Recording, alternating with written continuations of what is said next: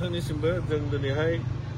125 दा एमेन्डमेन्ट जे 6 सिडुलखौ लानानै 10टा 6 सिडुलखौ लानानै मोनसे भारत सरकारा मेमोरेन्डाम दिदोंमोन पाब्लिक रिप्रेजेन्टेटिभफोरनिफ्राय दिनैहाय बेयो फैयै फैयै जोङो मोगथाङाव दिनै डिसि बायद'नि थ्रु क'क्राझार डिसिनि थ्रु जोङो नखर मन्त्रि अमित शाहनो दैथायहरनो हाबाय थारमाने बियो मोनसे गथाय ट्राइबेलफोरनि दिनै जे नर्थ इस्टआवहाय मोनसे गोदान भाबै रिभिउ मोनसे एमेन्डमेन्ट जानो थांगासिनो दङ बियो त्रिपुरा राजानि डिमान्डआव आजि 40 बोसोर डिमान्ड खालामनायनि उनाव बिथांमोननि डिमान्डआव मोनसे गथाय 6 सिडुलखौ फाहामफिननायनि सुद्रायफिननायनि मोनसे रेक्टिफिकेशन खालामनायनि भारतबर्षआ गनायथि होनायजों लोगोसे बियो 125 दा एमेन्डमेन्टआ राज्य सभा अलरेडि डिसकासबो जाखांबाय पासबो जाखांबाय दा फैगौ बिसाया माने फैगौ 2025 नि फेब्रुवारियाव पार्लामेन्ट फार्स्ट सेसनावहाय बे जिनिसा उत्थापन जागोन जायनि जुनै गथाय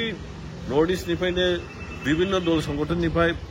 पाब्लिक रिप्रेजेन्टेटिभनिफ्राय मेमोरेन्डाम बिनायखाय जे मा रोखोम 6 सिडुलखौ नोंथांमोना लुबैयो नर्थ इस्टआव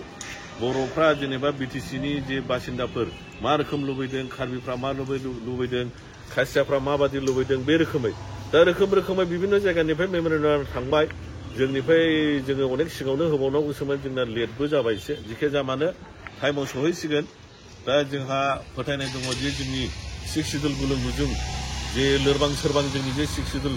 बेफोरखौ जोङो मोनसे सुद्रायनानै लाफिननायनि मोनसे सम आरो खाबुखौ मोनबाय बुंनो थाङोब्ला बेयो बर'फोरनि मोनसे गल्डेन चान्स आरो